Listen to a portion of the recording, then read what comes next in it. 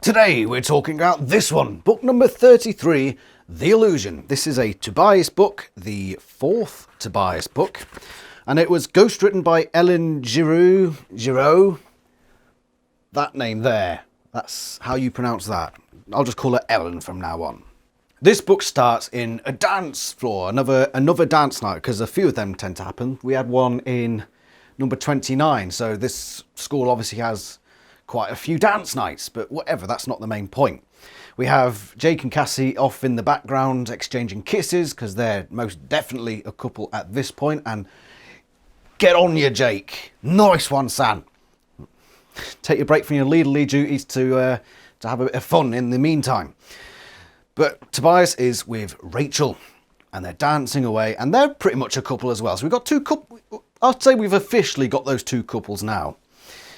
Axe may have a friend in the future, we may get to. But Marco never seems to pair off until after the war. So that's a way off. But whatever, we have these couples now. Tobias is not having too much fun. He's still got his hawk instinct, so he stares at people too long, and he's, you know, he gets called a jerk for staring at a girl too long. It's because he's he's seeing Rachel, but he's like, oh, I see something else there that interests me. And Rachel is keeping him going and trying to have fun with him, which I appreciate. I think one of the things that's keeping Tobias in the real human world is Rachel. And I think that gets more prominent throughout the series, and this is another example of it. But then what happens is Tobias is looking at the clock, and he's got about, 12 minutes left or something like that. And he says to Rachel, look, I need to go demorph because I'm going to run out of time. I'm going to be stuck in human morph and I'm going to be completely heckin' useless for the rest of this war. But Rachel's like, no, give it another few minutes. Let's just keep dancing. And he sort of goes into a weird psychedelic trance, obviously inspired by the music. And suddenly he looks at the clock again. It's like, oh, I've only got 8 minutes now or something like that. I have to go. But Rachel is like, no, stay here. Stay with me. And he explains he's got this little time, but she's still insisting, no, stay here. What can we take from this? Well, the only thing that can be realistically taken from this is that, either Rachel is drunk, which I highly doubt because it's a school dance night and there probably isn't alcohol on sale, or she's trying to get Tobias trapped in morph. Okay, let's dissect this. Is this in Rachel's character? No. I would say not. She is very much a part of this war. We're 33 books into the series now, and they know that they're fighting this war. They know that they work as a team, and they have to do what they have to do. Even impulsive Rachel, who occasionally does things that's against common sense, pretty much all the time actually, even she would think, right, this is stupid. Why am I doing this? Why am I trying to trap Tobias in morph? And I'm not even suggesting it to him. She's almost like deliberately doing without his consent. Is that love, Rachel? Is that true love? No, it's not. You have to be honest with each other, and you've got to let people make their own choices. What sort of lover are you, Rachel? Saying that, no, you will be trapped in your human body. I shall make it so. You have no choice in the matter. Yeah, you're a bad girlfriend, Rachel. I'm saying it now. I think it's out of character. I really do. I don't think Rachel would... We've not seen this really from Rachel. We know that she has talked to Tobias before about, oh, you could be human again, you could be normal again. We've covered that before, and that seemed to go away. So to bring that back now to an even more extreme degree, it just seems wrong. It seems wrong. Bad characterization. Not off to a good start, Mr. Book. So now that we've got that first point out of the way, I just want to point out a couple of more grammatical things or factual things in this book. So page 5. These are small things, but I think it's indicative of how Ellen handled this book. Once one of these, this is page 5, once one of these slimy grey slug-like parasites squirms into your ear canal and melds and shapes itself to all the crevices of your brain, it controls you. That's right, it dictates your every thought. It dictates your every thought, Tobias? We've established quite handily that that is not the case. You still have your own thoughts. You are capable of thinking yourself. The Yerk controls its own thoughts, and uses your body as a big meat puppet. So that's just wrong. That's not how it works. Okay? Page 12. Chapman is talking to, guess who? Eric. We don't need young men such as yourself smoking, especially not with the added attention. And then scroll down a couple of paragraphs. Tobias is thinking to himself, what did Chapman mean, especially now? Well, he didn't say especially now. You'll notice if you look at the book, okay, especially not with the added attention. And then down a couple of paragraphs, what did Chapman mean, especially now? Now, you could be saying, well, you can be forgiven for the odd grammatical error or proof editing error, but there are a few of those in this book. The editing job in this is pretty poor.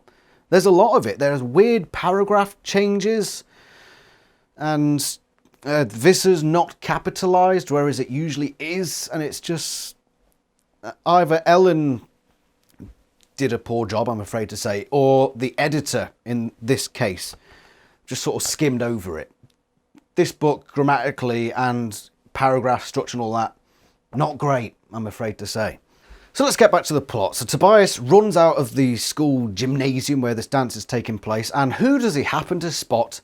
Eric King. Yes, he's back again. He is back again. Fuck's sake. And he's being confronted by Chapman. Now, Tobias also sees this other teacher who apparently was who he considered a friend. This young teacher cared about Tobias a lot, and he starts chasing Tobias like, "Yoo-hoo, Tobias, come back here. I wish to discuss physics with you." But no, Tobias legs it. But yeah, he passes by Chapman, who is having a go at Eric for smoking. That's right. An android has been caught smoking. Of course, it wouldn't be actually smoking. Eric was disguising himself as a kid smoking. Now you might think, oh, how humorous and how trivial.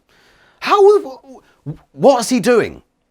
He doesn't go to that school. We established that in book 10. He went to a different school. So he's now in this school, pretending to smoke. Why? Why do the Chi do anything? What have we discussed these past few books? The suspicious activity of the Chi. Why is he smoking? Unless he wants to deliberately get the attention of someone like Chapman. Now, the book tries to pass this off as, oh yeah, Eric's involved with the sharing, so he obviously wanted a private talk with Chapman.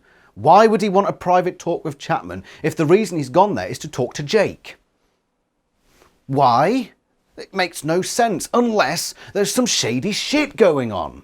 But Tobias escapes and goes out to field Animorphs, and this teacher who he used to know comes out, looks for him and says, "Tobias, where art thou, Tobias?" And then runs off, and then we never hear from him again.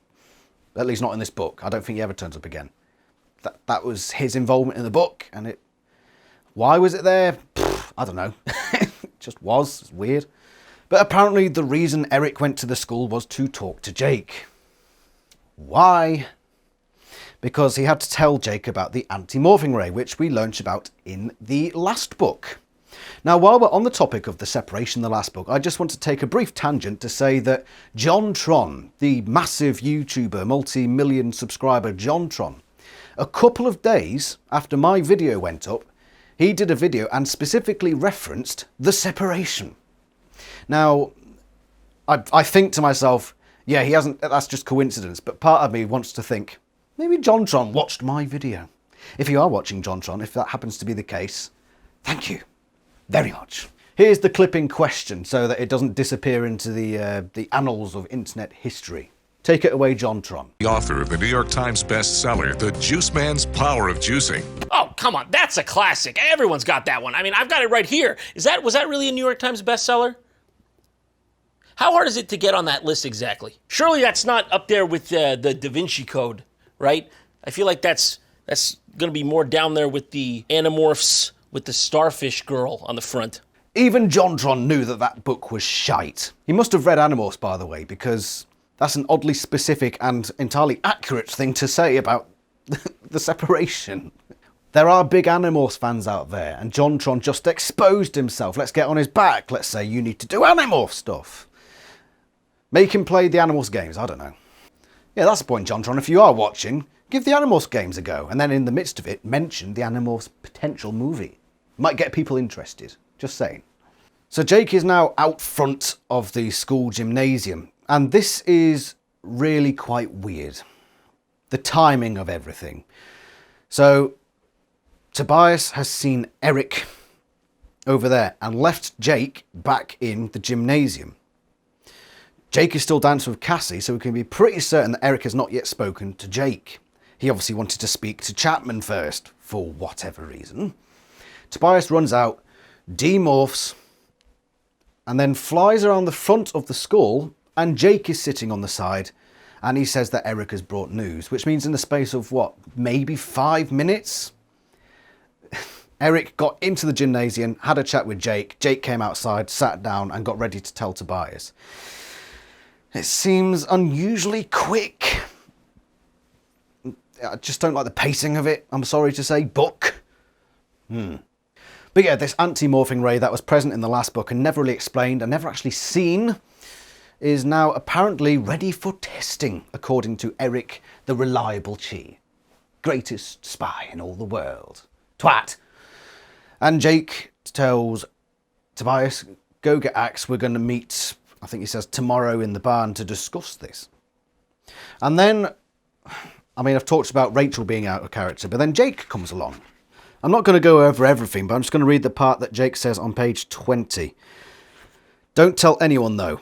I want my brilliance to appear unstudied, natural. Jake smiled up at me and gave a quick salute. Later, Red Baron.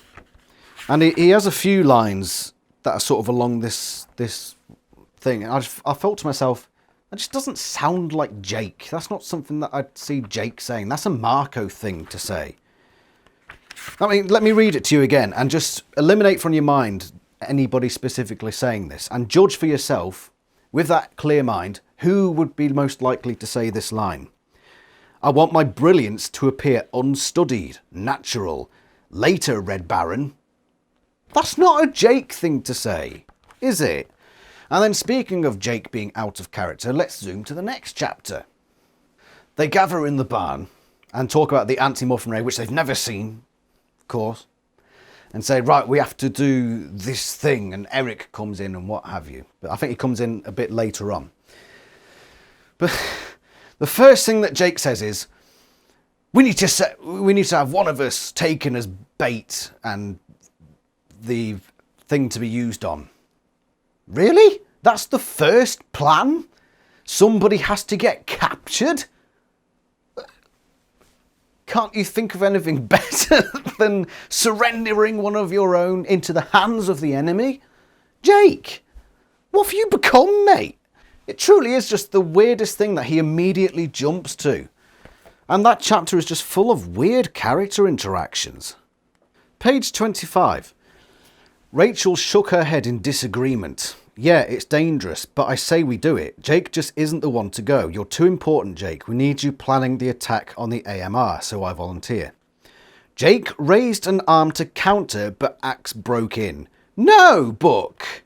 That's not how the characters would interact. Jake wouldn't raise an arm to counter. He would be fucking up front and centre. And Axe wouldn't interrupt his prince. Just little things like that are littered throughout this book where the characters are just completely out of character. And I've literally just noticed that Eric is, again, misspelled. It's spelled the normal way you'd spell Eric. I've literally only just noticed that. Another example of bad editing. I'm not sure, but it's poor. It's really poor. So Jake continues being out of character, and rather than just straight up saying, Tobias, you're going to have to be the one to go in because the Morphing Ray won't work on you, he just lets them come to that conclusion themselves and just waits for them to do it and looks at Tobias expectantly. It's like, Jake, at this point, you don't do that. That's not your character now. You'd be straight up and saying it. What is going on? This is by far and away the worst example of characters behaving out of character. So what happens? Eric comes in and says they're using this, they're ready to use it now, so they're going to try their best to capture you at any opportunity, which I sort of assumed was always the case, but apparently now it's going to be extra super duper scary, and they're going to catch you extra super duper hard. Yeah, okay, thanks, Eric. And then guess what happens, ladies and gentlemen? The Animorphs then discuss, when are we going to do this thing? When are we going to let Tobias be captured? Because that isn't a totally shite plan. When are we going to do this totally not shite plan? And then Eric comes in with a suggestion. Tonight is the first night of the Sharing's 3-day extravaganza with the new community centre.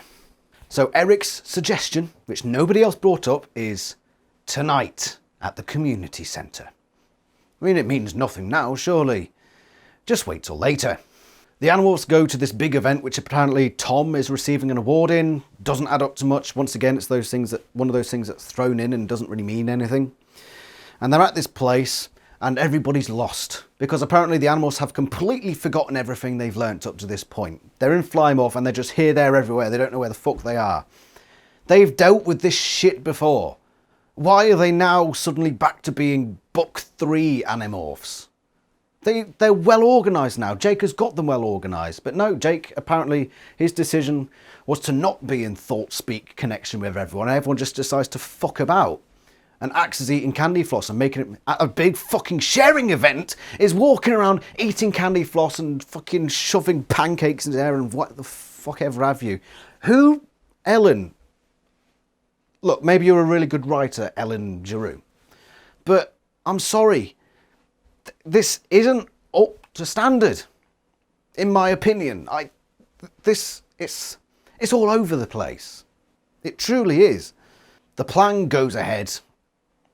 Jake goes behind the community centre, breaks a window, and Tobias flies in.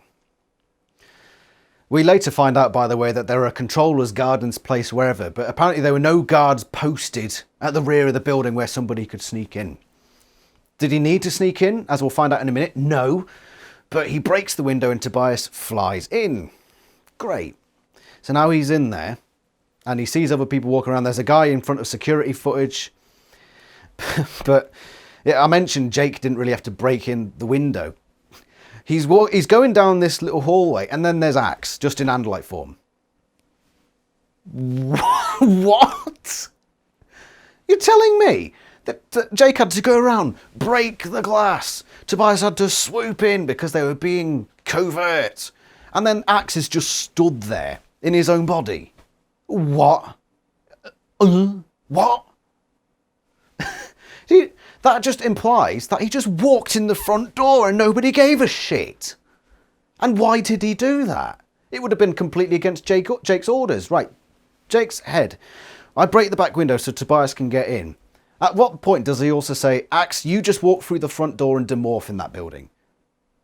The plan makes no sense, or it wasn't part of the plan, and Axe just decided to do whatever the fuck he wanted.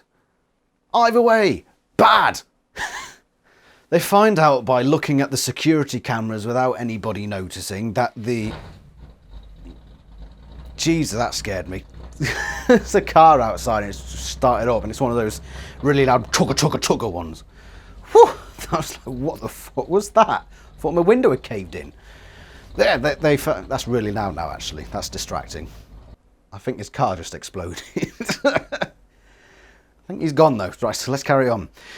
They find out through this security footage that the supposed Yerkpool entrance, because they assume there is one, is in a tunnel in the jungle gym where all the kids go and have fun and yada yada yada.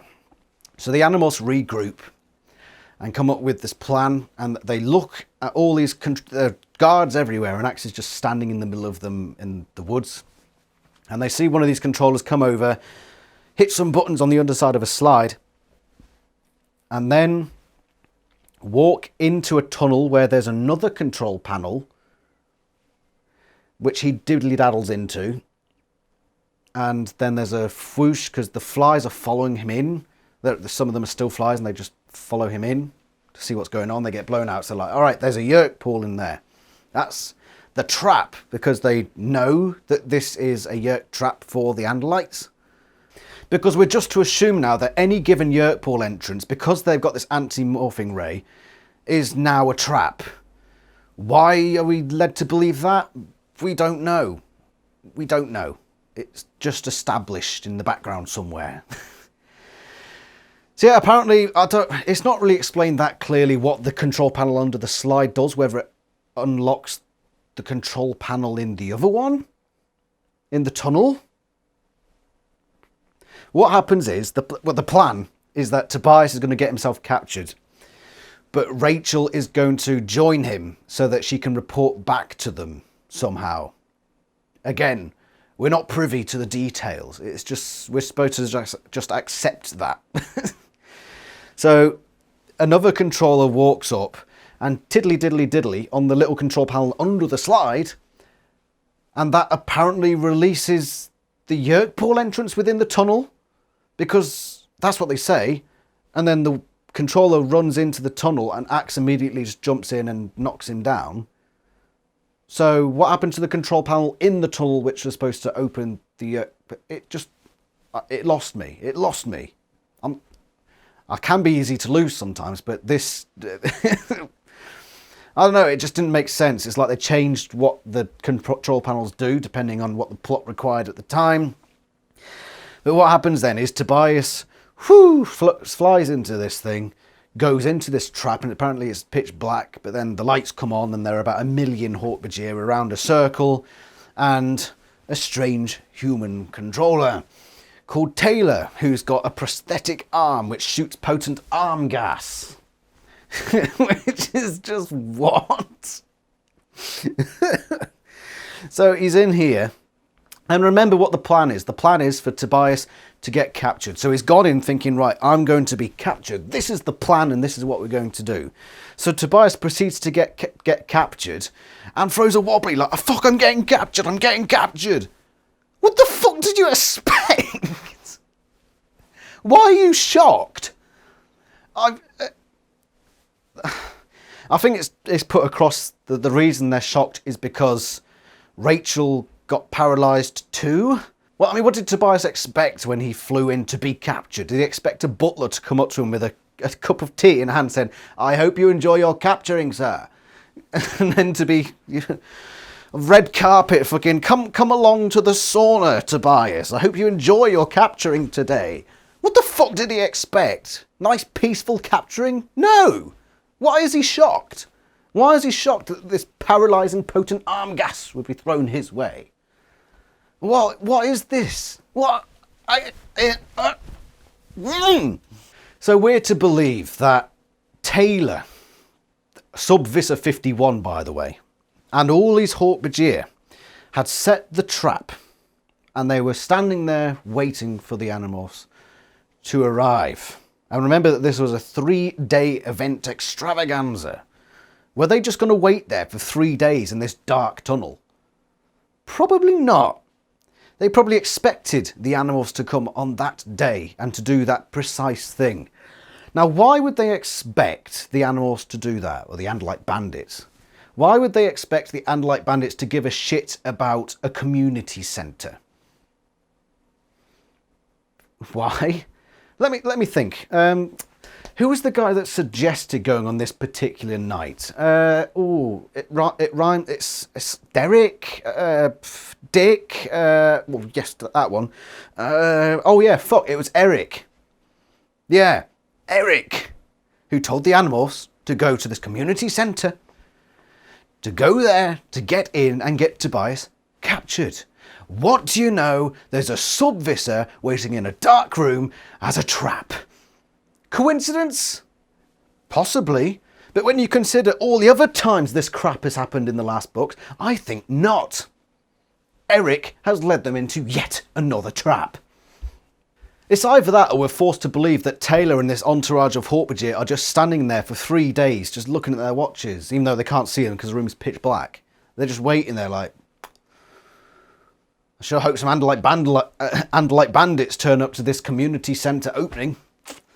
What are the chances of that? I think pretty high, actually. I think pretty high. Community centre, you know, it's the pillar of our community, and the Andalites will be. They'll come. Just you wait.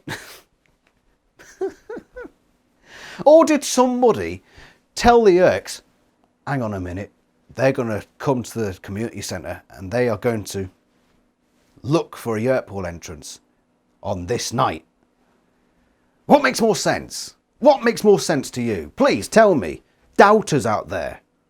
Because I know you're out there saying, oh, the chibi and the baddies all along. What a load of rubbish. I'm providing you evidence here. Address it, please. And you could say this one's down to coincidence, but then you have to take into consideration all the other times that this has happened in the past, 12 books? It's like the 5th time they've been led into a trap. Coincidentally being told, Eric telling them to go somewhere, and it just so happens to turn out Visser 3 is there, or Visser 51.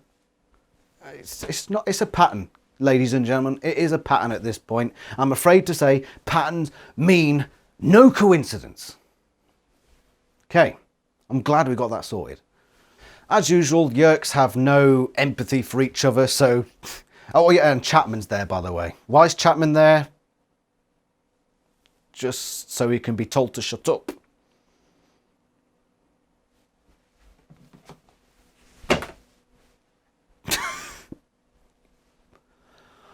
Why?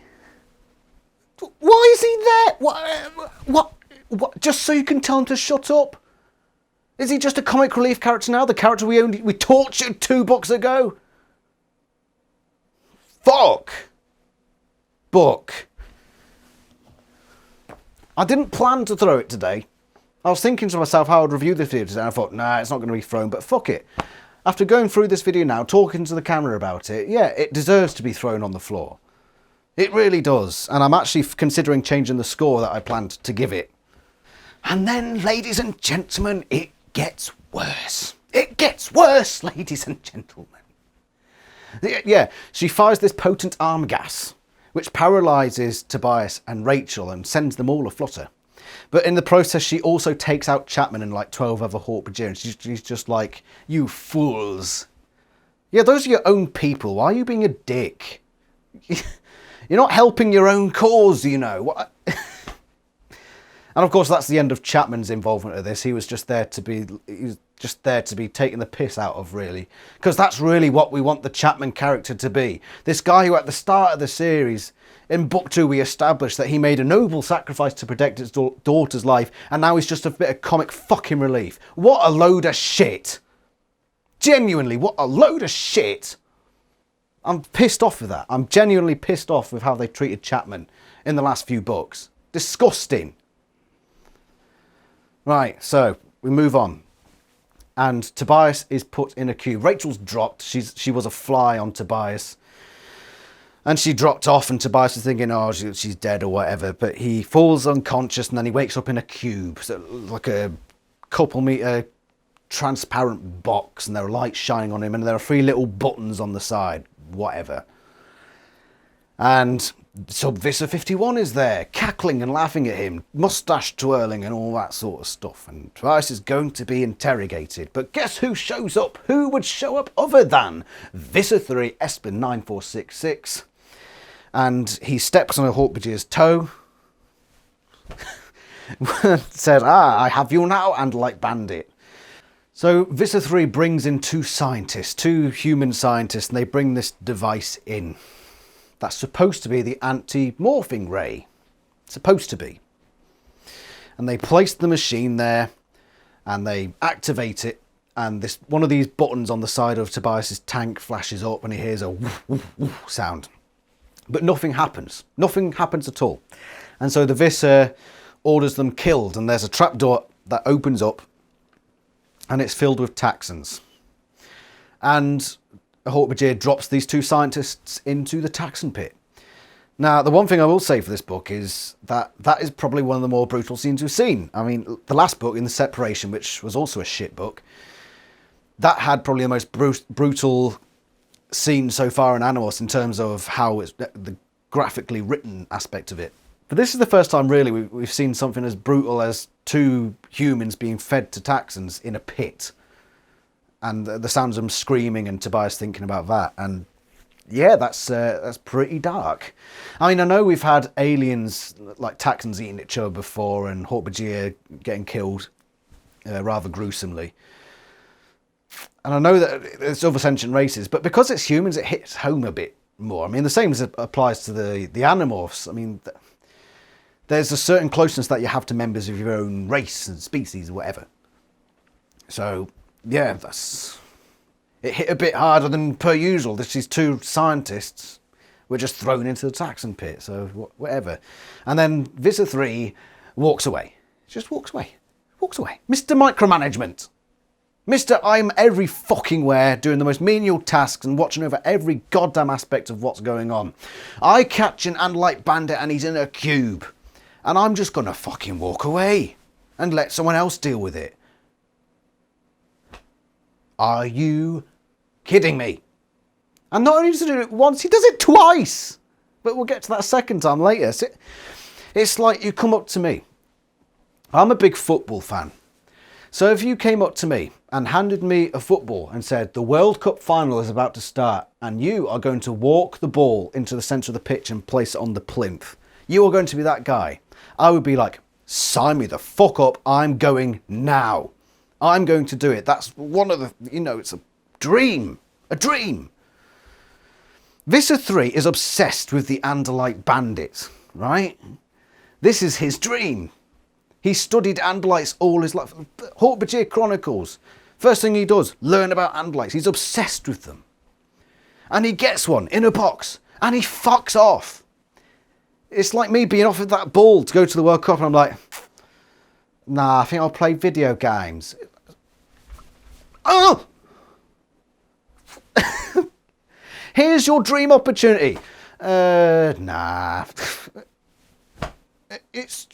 It's like in book 23 where Visser Three's presented with Elfangor's son and he does fuck all. It's like that. And I remember criticising that decision at the time. But this is almost worse. It probably is worse. Because he does it twice. Oh, my dream goal is in front of me. Bye. You deal with that. I'm going to go play ping pong. He fucks off. He goes. Just like that. You're in danger of being thrown again, mate. Like fuck, he would allow another Yerk to take an Andalite host. And that seems to be his thing. Oh, make him demorph and infest him. I'm going to go have a cup of tea while you do that. Yeah, fuck off, book. Fuck off. That's bullshit. That's just plain bullshit, innit? One thing that I have forgotten to mention in my rage is that there was probably the best scene in the book, actually. I will give it its credit. Before all this happened, Tobias acquired Axe Never Talk about his heritage, because we all know that Tobias is part Andalite, so he's learning how to do tail stuff with Axe. Best scene in the book. It's nothing special, but, it's amongst a turd, and, anything fucking shines against a turd, doesn't it? So that scene was the shining light of this book. And Tobias has now got this Andalite morph. And when he's been brought to this cube, there was this weird bit where... What does he say? Right, so he's halfway morphed. So halfway between a hawk and an Andalite, And the only external input was the wobbles and bobs of the holder as the box hit me against his leg. The ride continued. No space to morph or demorph. No space to morph or demorph. So he's mid-morph. He's halfway between that and that. So he's probably like there. No space to demorph. Are you fucking kidding me? Anyway, that was another aside. Let's talk about basically the whole latter half of this book is just Tobias getting tortured. He's in this box and the red button puts him through searing agony and pain and discomfort and all the rest. And the blue one makes him feel happy thoughts and la-di-da-di-da so that he can go bang right back down to the red button and it's twice as effective. And the reason he doesn't break is because he just retreats into his hawk mind. And even though that doesn't... He goes into his human mind when the blue button is pressed, and then he just go back into hawk mind, so we get a lot of that. And a lot of this latter half of the book is just him having memories. Memories of being mistreated by his uncle and feeling all sad about that. Memories of getting bullied But you also have the good memories like flying with Rachel and all that sort of stuff. And now this would be fine if we learnt something about his character or what have you, but the big problem I have with this whole latter like third or half of this book is that we don't learn anything new. We're treading old ground. We're just putting it into just having little half paragraphs of scenes of stuff that we already knew, that he got mistreated by his uncle. We know that, so him crying about his uncle not taking him somewhere, it's like, it's not really adding anything. It's just, yeah, it's not great. All the while, Visser 51, Taylor, is telling him to demorph. Now, obviously, he's in his own body, so he's not going to demorph, nor is he telling her anything about this and what have you. So she's getting pissed off, and she's warning him, you're getting closer to time, you're getting stuck in this bird morph, what have you. So she keeps torturing him and whatever have you. And then eventually, he starts to have visions from Elfangor's point of view. What? I'm sorry, has he been tortured out of reality? Has he been tortured so hard that he's left the laws of logic? Or are we going religious now? I mean, I know we've got the Ellimist and Crayak, which are like these pseudo-religious things, but I believe they're explained later to a certain degree in the Ellimist Chronicles for all their powers. But this is just pure, religion territory. That he's now seeing the life of Elfangor in his head. He's reliving memories of Elfangor. What? Why are we crossing into the Bible here? What? It's biblical stuff. It's not Animorphs. Apparently it's called an Utsum or something like that. I don't know. But no, that's a Tailblade thing that Axe covers at the end. Again, religious. It doesn't work here, I'm afraid to say. But he gets these memories of Elfangor, of him going through certain things. But there's one part that just made it even fucking worse. It really did. Page 125, he's having a memory from Elfangor's perspective. Swing! I whipped my tail up from my rear and sliced clean through his body. Scree! A cry of horror. I will never forget my first kill. A bit earlier it said, red coloured the air, screams and bellowing filled my head. The battle raged on the Taxon homeworld. So, according to this memory, they're on the Taxon homeworld. It pretty much establishes that they're on it. And he kills a Taxon, and he will never forget his first kill. Elfangor, his first kill on the Taxon homeworld, a Taxon. No, that's just wrong, book. I had to go and read the fucking Andalite Chronicles again to figure out that this was wrong. I had to put myself through that torture.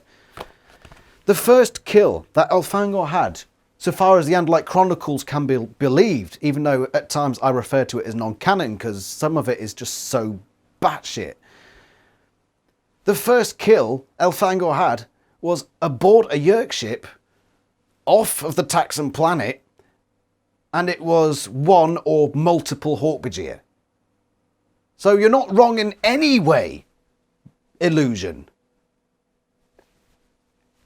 Are you getting the problem, the points of the problem, of the thing, of the book, of the problem? Are you getting it? You're getting everything wrong, book! Shit! Oh. And then probably the funniest part of the book. Visser 51 has been pressing this button, torturing Tobias for the good part of a day, it feels like.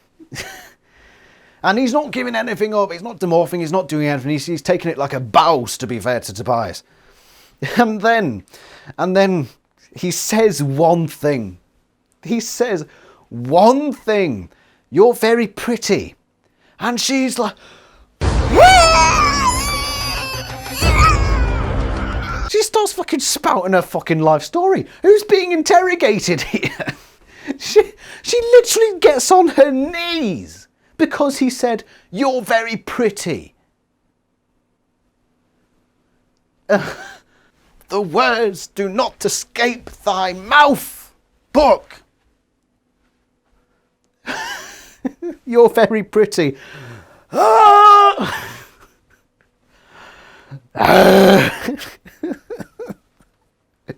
She tells a whole fucking life story because he said you're very pretty, and he's the one being interrogated. Who is this fucker, Taylor?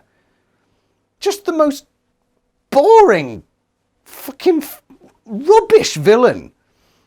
She's just, for the first half of all this, she's just, mustache twirling, Andalite bandit, and then a fucking trivial comment is thrown away, and she's fucking bawling her eyes out like, I was in a fire, and my parents, and my face went bleh, and my arm went bleh, and now I've got potent arm gas.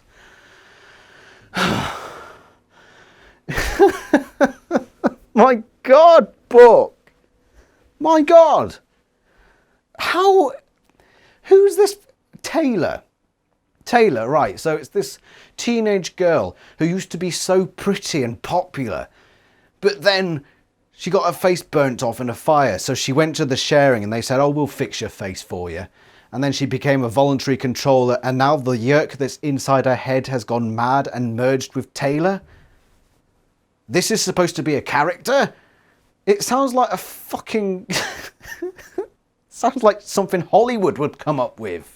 Just the most bland, unoriginal, boring, dull, horrid storyline. I mean, I'm being harsh now because I'm all emotional because of how annoyed I am with this book. But in all seriousness, she's a really bland villain, isn't she? All mustache twirling 1 minute, and then Tobias just says you're pretty, and she goes mad.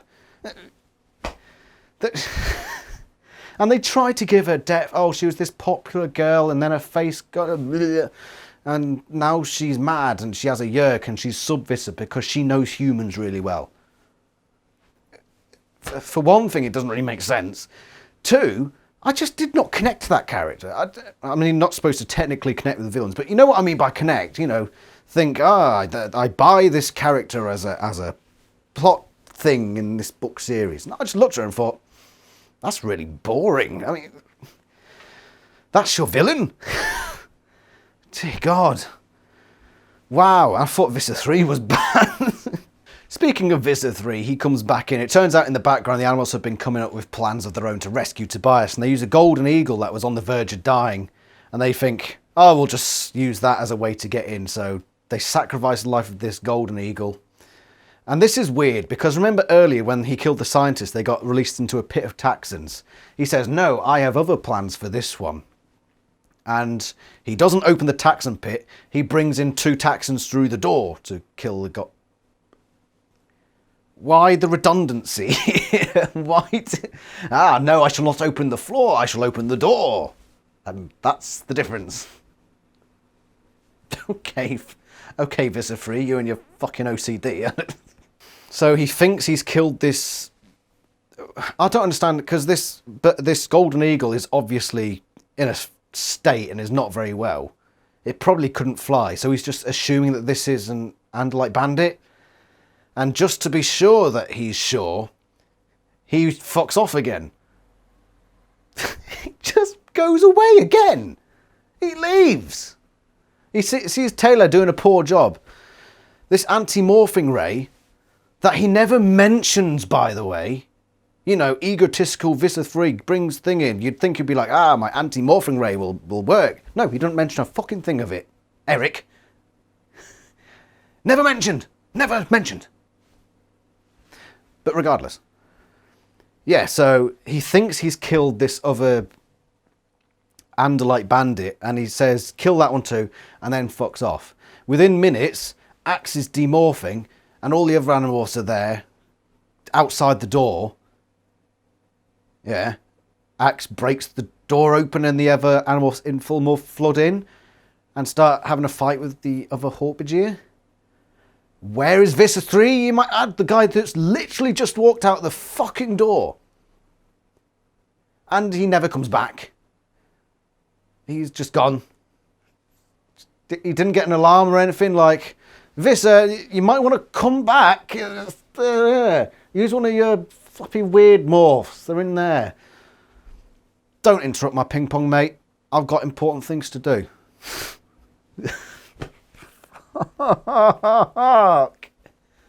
What? So the Animorphs proceed to knock the sense out of these sense into whatever they're doing. They're knocking something into / out of these Hork-Bajir. And there's no, it's just an action scene, so make of that what you will. And they break Tobias free, but Taylor is just wandering around aimlessly, and she finds Tobias half morphed into Andalite again and pulls him out to a balcony that's out another door that's overlooking the Yerk pool, but has a wall in front of it. It's just a weird setup. Quite a convenient setup, I think we'll find. I wonder why it's so conveniently set up. So this balcony with just a gap and then a wall in front of it, and then down below is the Yerk pool. Yeah, great design, lads. Great. But she tries to throw Tobias in, saying, "What the hell are you? How can you demorph now?" And he grabs onto the wall, and she's reaching for him. And she drops the device that's used to torture him into the pool below, for whatever reason. What part of that played in anything, I don't fucking know. I don't know what any part of this book plays in anything. And then Rachel comes and knocks her, and she's about to kill her, and Tobias says, "No, let her be. She's suffered enough." And Visser Three, who's fucked off somewhere, will take care of her later. I don't fucking know. He seems pretty inconsistent today, but I'm hedging my bets. So Rachel lets her go, and they leave. And no, they're in the Yerk pool, by the way, and they just leave. By the way, where are the Hunter robots? Those things that we established. Oh, and the Gleep biofilters. Where have they gone off to as well? You know, those things that we've established a couple of times here or there in the books. You know, those things that are at all the Yerk pool entrances. And no, they're just gone. Okay. Fair. I'm not expecting consistency at this point with this monstrosity of a book. And then it ends. They're at the beach. And Axe talks... Tobias relays his memory of one of these things he's had with Axe. Of Elfanga putting his tailblade to Tobias's head, and Axe is like, "That's the Utsum. That's what Under Jesus told us. I'm shocked." And then that's that, and the book ends. Fuck me. I was told that this one was better than The Separation. It's not. It's worse. And when I was thinking about this earlier today, I thought, no, it's not as bad as The Separation. I'd say it's a little bit better than Separation. I was going to give it a 4 out of 10. But having gone over this now, thinking about it, it's worse. It's underground. It's even worse than the Underground. Fuck. Right, let's just cover a couple of the overarching things. Tobias's character development. There isn't really any. There was so much opportunity for character development here. But what did we learn? His uncle mistreated him. He likes flying with Rachel. He and Rachel are boyfriend and girlfriend, and they love each other. But Rachel tries to tether him back to the human world. Right, we already knew all that. What more can you bring? He shat himself. Great. That makes it all worthwhile, don't you think? We introduced Taylor, who's probably the most bland villain in the series so far. What else? We had the one good scene with Axe and Tobias doing the whole ritual thing. That was it. That was the good scene. People will say, "Oh, the torture scene was really good." Not really. I say we didn't learn anything new. It was just weird inaccurate memories. Memories that were actually wrong.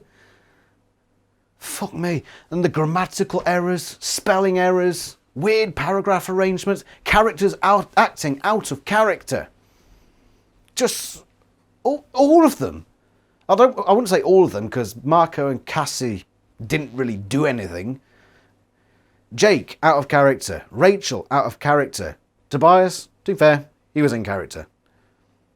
Sort of. Visser Three, out of character. Taylor, no character. I mean, where do you start, where do you end? The only person that's in character, of course, is Eric, because he's a double-crossing bastard. Once again, for reasons I have gone into, and you can go back and see.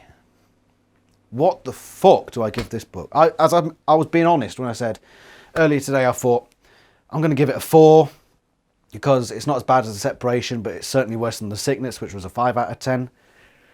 But no, it's worse. Having covered it now, I'm coming to realise there are no good points to this book. Before we forget, let's cover Jake's leadership. Well, we didn't really see much of it because half this book was Tobias being tortured. What did he do? He came up with a plan for Tobias to get captured, and then at the event he removed himself from thought speak capability so he couldn't tell anyone what to do, and the whole thing was just a fucking mess. So another 3 out of 10 for Jake. What do I give this book score? It's worse than The Separation. It's not going to get more than a 3. Is it worse than The Underground? The Underground was bad from start to finish, essentially. It had like one saving grace in it, which was that the characters were in character, and you had the good moment at some point, like page 60, between Cassie and Rachel, talking about what had happened in the prior book. Oh, what do I give you, Illusion? I had high hopes going into this one with the reputation it had. Is it as bad as Alaran's Choice, which I gave a 2 out of 10? It is Alaran's Choice was just back to front, just a catastrophe, where everything was wrong. It was breaking canon left, right and centre. It was all fucking explosions and glitz, but no substance. It's like this. It is like this. This is a 2 out of 10. It's that bad. It is that bad. It's not 1 out of 10. What would I give a 1 out of 10 to?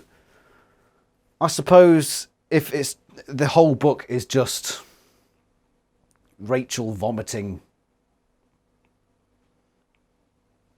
that would probably be a 1 out of 10. This is a 2 out of 10. It's a little bit better than that. Fuck book. Yeah, you're bye. Right, the next book is going to be The Prophecy. We're going to see some Toby Hammy in this one, so that gives me high hopes. I understand that it's not the most favoritist book of the series among many fans, but I mean, I don't go with the flow of the fans. Like, Alaran's Choice and The Illusion, which most people will probably think, oh, those are really good books. I've thrown them on the floor. And I've really liked some books that other people don't like. You know, I don't follow the trends. You might be surprised in my opinion. Maybe this one will get a 10 out of 10. Maybe it will be a 1 out of 10. Maybe it will just be Rachel vomiting in this case, it'll be Cassie vomiting for the whole book. But whatever. We'll see when we get there. Next book, or not next book, my fan fiction. Go read it. Well, you may actually want to wait a while because I am going through re-edits. I might actually stop for the while advertising these because, yeah, they are going through substantial re-edits. I hate to admit it, but for many years I was doing something wrong grammatically. And it's prevalent in all my fiction. But I'm working to correct it, so we'll all be corrected. The whole lot will be re-uploaded at some point, so I mean, if you want to go read it now, great. The link will be in the description. But just be warned that there are fixes to be made and they are being made. So it's not the finished product yet. Anyway, thank you very much for watching. I am rather emotional now. So I'm going to go watch the TV series. Fucking pity me. Anyway, thank you very much for watching. I shall see you next time. Ta-ra!